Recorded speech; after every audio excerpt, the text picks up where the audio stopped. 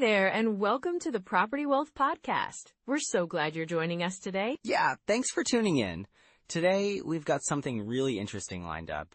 Right? We're diving into some exciting hacks for finding great property deals on Craigslist and through for sale by owner listings in 2026. It's a landscape that's changing all the time, and knowing how to navigate it can really give you an edge. Exactly. We'll be sharing practical tips and strategies that anyone can implement, especially if you're looking to invest in real estate for the long haul. And we're also going to talk about avoiding common pitfalls, which is just as critical, Yeah, that's a big one.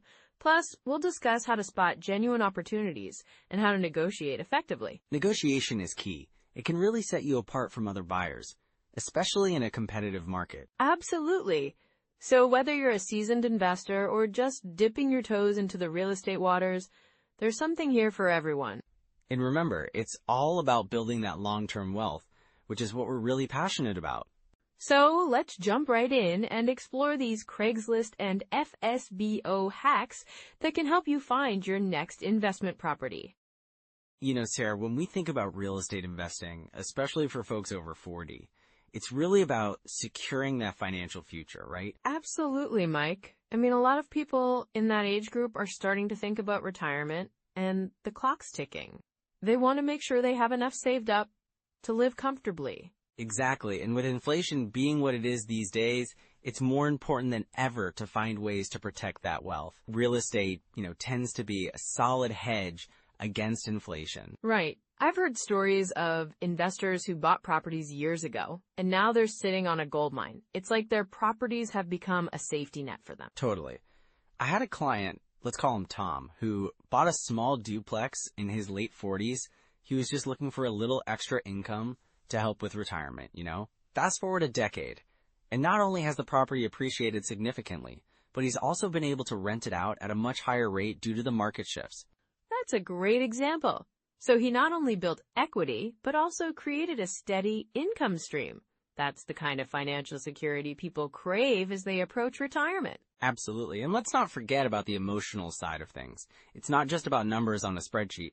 For many, owning property provides a sense of stability and peace of mind, knowing you have something tangible that can support you or even your family down the road. Right. And speaking of family, I think about the wealth transfer aspect too. Many older investors are looking to pass down their assets to their kids or grandkids. Real estate can be a fantastic legacy. For sure. I had another client, let's call her Susan, who started investing in her 50s. She was really motivated by the idea of leaving something meaningful for her children. She turned her first investment property into a family project, involving her kids in the renovation process. Oh, I love that. It's like she's not just building wealth, but also creating memories and lessons for her family. Exactly. And now her kids are not only learning about the value of hard work, but also about how to manage and invest in real estate themselves. It's a win-win. And then there's the current economic climate, with shifts happening in the market. Interest rates are fluctuating, and there's a lot of talk about a potential downturn. But for someone over 40, especially, it's about making strategic moves now, rather than waiting. Right, and that's where creative strategies like Craigslist and FSBO come into play. They can be game changers for those looking to jump into real estate without breaking the bank. Yeah, I think a lot of people see FSBO listings as a bit daunting, but they can actually present opportunities. It's about being proactive, looking for those hidden gems that others might overlook. Exactly. I remember a friend of mine, let's say his name is Dave, who found a fantastic property on Craigslist. It was listed as an FSBO, and most folks just skimmed past it because it seemed too good to be true. What happened with that property? Well, he took the plunge, reached out to the seller directly, and negotiated a great deal. He ended up with a property that needed a little TLC, but he saw the potential. Within a year, he had turned it around and was cash flowing nicely. That's a perfect example of how being a bit adventurous can pay off in real estate. And for those over 40, it's about taking calculated risks, right? Exactly.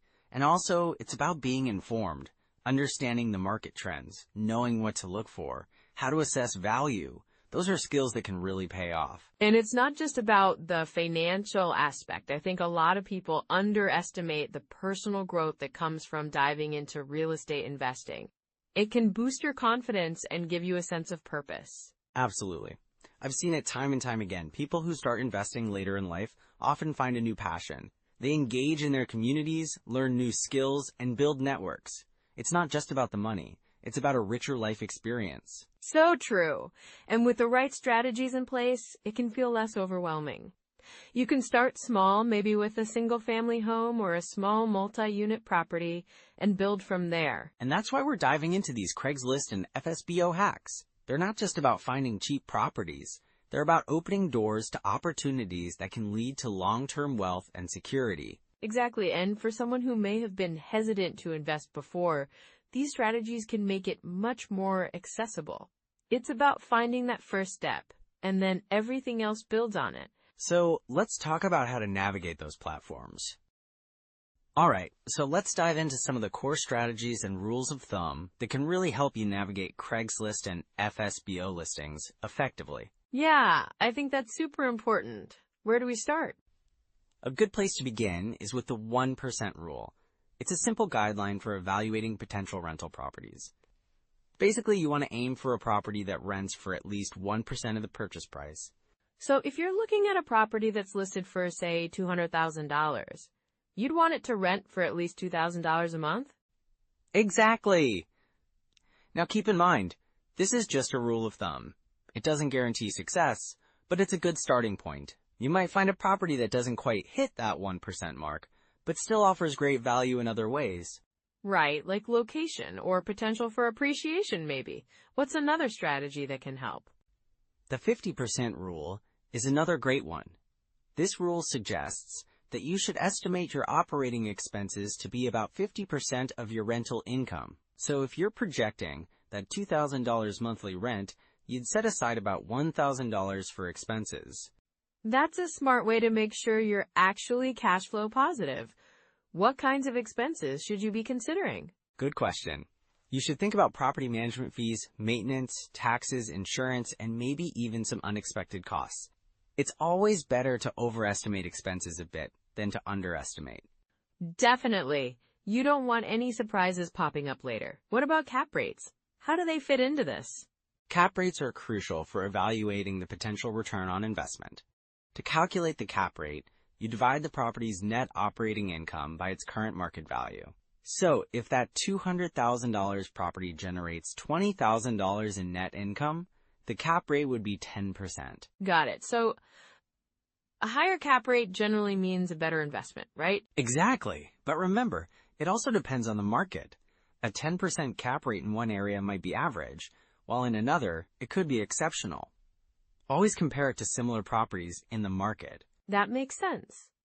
Now, once you've identified a potential deal, what's next on the checklist for evaluation? You want to have a deal evaluation checklist. Start with the basics: location, property condition, and potential for appreciation. Then, look at the numbers: purchase price, estimated rent, and expenses. And what about financing options? That can often be a bit tricky, especially for first-time investors. Absolutely. You've got several financing options to consider. Conventional loans are popular, but they often require a decent credit score and down payment. Then you have FHA loans, which are a bit more flexible on credit scores and down payments, but they're meant for primary residences. Right, but if someone's looking to invest in rentals, they might need a different strategy? Exactly. For investors, sometimes hard money loans come into play. They're short-term loans with higher interest rates, but they can provide quick access to funds for a property flip or initial purchase. I've heard people mention private money lending too. How does that work? Great point.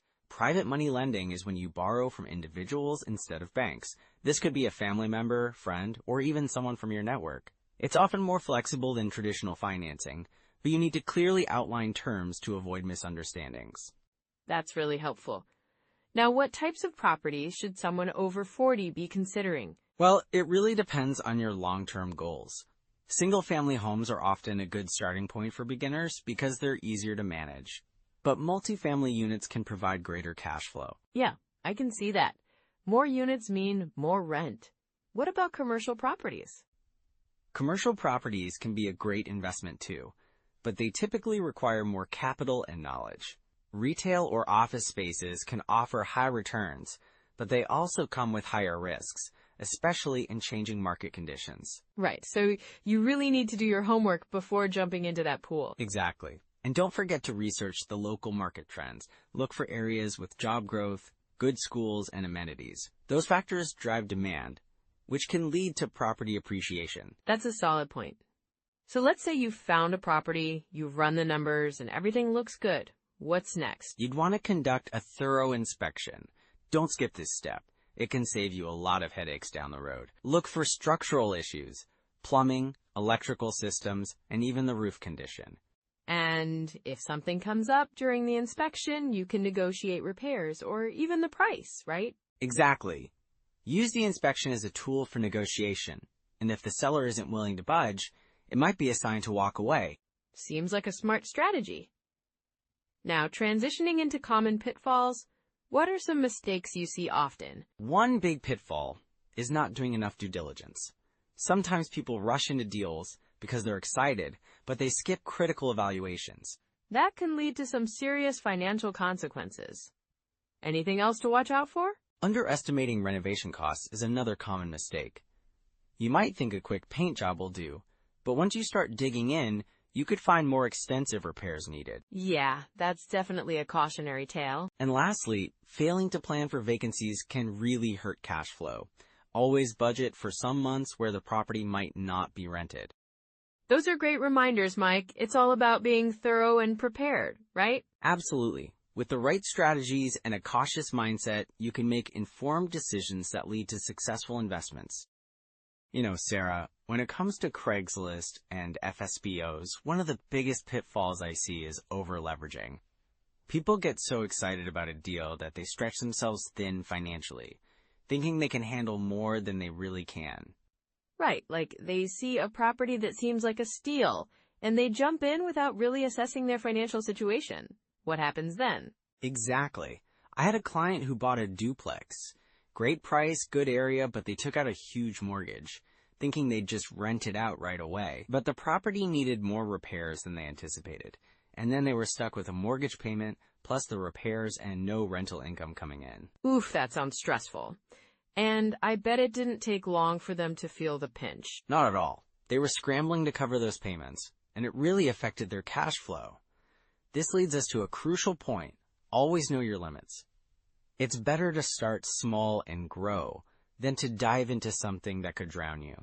So how can someone spot the signs of over-leveraging before it's too late? Well, first, they should have a solid budget in place. Know exactly how much they can afford, including all the hidden costs that often get overlooked. It's not just the mortgage. There are property taxes, insurance, maintenance, and utilities. Definitely. I think a lot of first-time investors just focus on the purchase price and forget about those ongoing expenses. Yes, and that's where bad tenants come in too. You know, you might think you found a great deal on a rental property, but if you don't vet your tenants properly, it can turn into a nightmare. Absolutely. I've heard stories where people just wanted to fill the vacancy quickly and ended up with tenants who didn't pay rent or cause damage. Is there a way to screen tenants effectively? For sure.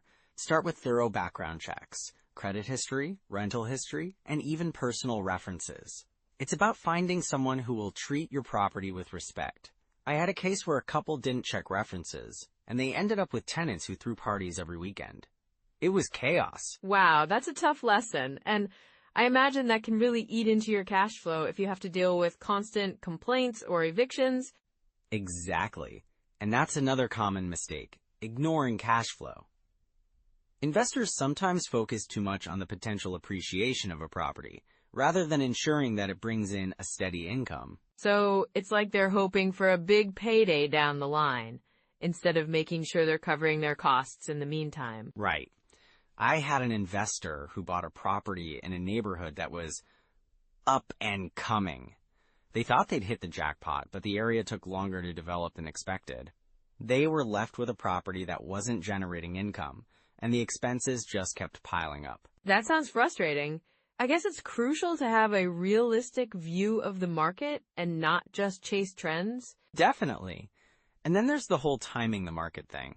Trying to buy at the perfect time can lead to missed opportunities. Waiting for prices to drop can mean you lose out on a great deal. So true. It's all about finding that balance, right? It's not about timing the market, but rather time in the market. Exactly. The longer you hold on to a good property, the better your chances of seeing appreciation. But if you keep waiting for the perfect moment, you might just end up with nothing. And what about hidden costs? I think many investors overlook those until it's too late. For sure. I knew someone who bought a property thinking they just need a fresh coat of paint. But once they started digging deeper, they found plumbing issues, electrical problems. The list went on. Those hidden costs can really derail your budget. It's like peeling an onion, right? You think it's just one layer, and then you find all these other layers you didn't expect. Exactly. And that's why it's essential to do thorough inspections before purchasing. A good inspector can help uncover those issues. But if you skip that step, you might be in for a rude awakening. So what would you say are some red flags to look out for when considering a property? Well, definitely look for properties that have been on the market for too long. If a place is sitting there without much interest, there might be something wrong. Also, pay attention to the condition of the property. If it looks like it hasn't been maintained, that could mean more repairs down the line. That makes sense. And I guess it's also important to listen to your gut. If something feels off, it probably is. Absolutely. Trusting your instincts can save you from a lot of headaches. And don't be afraid to walk away from a deal that doesn't feel right. So if someone finds themselves in a situation where they've made one of these common mistakes, what's the best way to recover? First, take a step back and reassess your situation. Look at your financials and see where you can cut costs or improve cash flow. It might be time to consider selling the property if it's causing more stress than it's worth. And that can be tough, especially if you've invested a lot of time and energy into it. It is, but sometimes cutting your losses is the best strategy. And remember, there are always lessons to learn from every experience. Use what you've learned to inform your next steps. Wise words, Mike. So in summary, it's all about doing your due diligence, keeping an eye on your finances, and trusting yourself. Exactly. And if you focus on building a solid foundation, you'll be better equipped to navigate the ups and downs of real estate investing. All right, so let's dive into some practical steps that our listeners can take right now. There's a lot of opportunity out there, and it doesn't have to be overwhelming. Absolutely. So where do we start? Well, first, I'd recommend getting familiar with Craigslist and the FSBO listings. Set aside some time each week to comb through those listings. Maybe even create a checklist of what you're looking for in a property. That's a great idea. What should be on that checklist? Definitely things like location, price range, property type, and condition. Just basic things that matter to you. And don't forget to note down any properties that look interesting, even if they're outside your usual criteria. Right, because sometimes a hidden gem can be just a little out of the box. Exactly. And as you're browsing, start using apps like Zillow or Realtor.com to cross-reference prices and get a sense of market value. This way, you can spot a deal when you see one. Oh, and what about the Bigger Pockets calculator? Yes, that's a fantastic tool. It can help you analyze potential deals quickly. Just plug in the numbers, and it'll give you a sense of cash flow, ROI, all that good stuff. It's super user-friendly too, which is nice. For sure. And if you're looking at rental properties, Rentometer can give you a quick idea of what similar properties are renting for in the area. That's invaluable when you're assessing potential income. That's really helpful. And local MLS access is something to consider too, right? Definitely. If you can get access to your local multiple listing service, it can provide a wealth of information on properties that might not even be listed yet. Yeah, that's a goldmine for serious investors. And don't forget to set a habit of analyzing just one deal a week. It doesn't have to be a massive commitment. Just pick one property, dig into the numbers, and really understand it. That sounds doable. It is. And if you can, join a local real estate meetup or group. The connections you can make there are invaluable. Plus, you'll gain insight from others who are already in the field. Networking is key, huh? You bet. And speaking of insight, I'd recommend checking out some books and podcasts that focus on real estate investing. The book on rental property investing by Brandon Turner is a good one. And there's also the Bigger Pockets podcast for ongoing tips and stories from investors. Those are great suggestions. And don't forget about audiobooks or podcasts you can listen to while commuting or doing chores. It's a great way to keep your mind engaged. Yeah, multitasking is a lifesaver. Exactly. And remember, you don't have to dive in head first. Start where you are, even if it's just reading articles or watching videos about real estate. Right, every little bit counts. And maybe even try to set a small goal each month, like visiting a property or reaching out to a seller. Little steps can lead to big opportunities over time. That makes it feel less daunting, for sure. And hey, if you feel overwhelmed at any point, just take a step back and breathe. This is a journey, not a sprint. I love that perspective. And as you start to build these habits, you'll find that it becomes easier to spot opportunities and make informed decisions. So, with these tools in your pocket, you're ready to move forward. Let's recap what we've covered today. Well, that was quite the discussion, wasn't it? Absolutely. I think there are some real gems in there. So, to recap. Right, let's break it down. First off, using Craigslist and FSBO listings, you can save a ton on commissions, which is huge for anyone looking to maximize their investment. Yeah, and I loved how we talked about the importance of being proactive, reaching out to sellers directly. It really puts you in the driver's seat. Exactly. And then there's the idea of networking, which can't be overstated. Building relationships with other investors and local real estate folks can open up so many doors. And let's not forget about the power of negotiation. Knowing how to approach sellers and what to say can make or break a deal. Definitely. And finally, staying persistent and being willing to adapt. That's key. The market's always changing, and flexibility is your friend. So for anyone over 40 listening, remember, building wealth through real estate is a journey, not a sprint. It's about making smart, informed decisions that set you up for the long haul. Right. And if you found value in today's episode, please give us a like, subscribe, and drop a comment about your biggest takeaway or any questions you might have. We love hearing from you. Also, if you know someone who's looking to invest in property, share this episode with them. It could really help them out. And just a little teaser for next time, we'll be diving into bandit signs and marketing compliance. That's going to be an exciting topic. Oh, for sure. Can't wait for that one. Thanks for joining us today. Yes, thank you. We appreciate you being part of our community. Until next time. Take care, everyone.